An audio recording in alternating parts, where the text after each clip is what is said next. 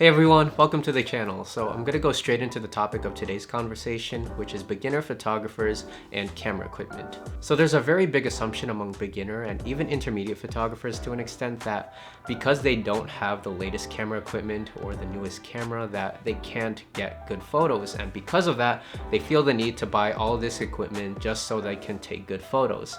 And that's absolutely not the case, because it's less about camera gear and more about you as a photographer in understanding fundamental concepts in photography, in understanding the limitations to your equipment that you currently have, and having that sense of creativity and imagination that helps you and allows you to capture specific images that you're thinking of.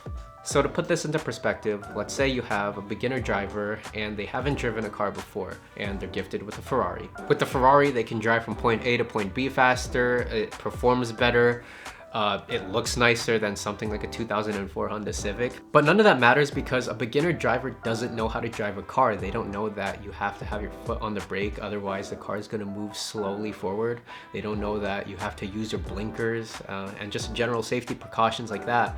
So this entire concept applies to photography as well, because you might say, okay, well, I need the latest camera equipment, but maybe you don't understand how that camera equipment works, or maybe you don't even understand the functionalities of said equipment or even of said high-end cameras that you might purchase. So overall, it's not the camera that makes you good, it's you as a photographer in developing your skills and honing your craft to a point where it's second nature. I read this really good article a while ago and I'm gonna link it in the description below, but basically the author was writing about how famous photographers and famous photos aren't famous because of the camera equipment that was used.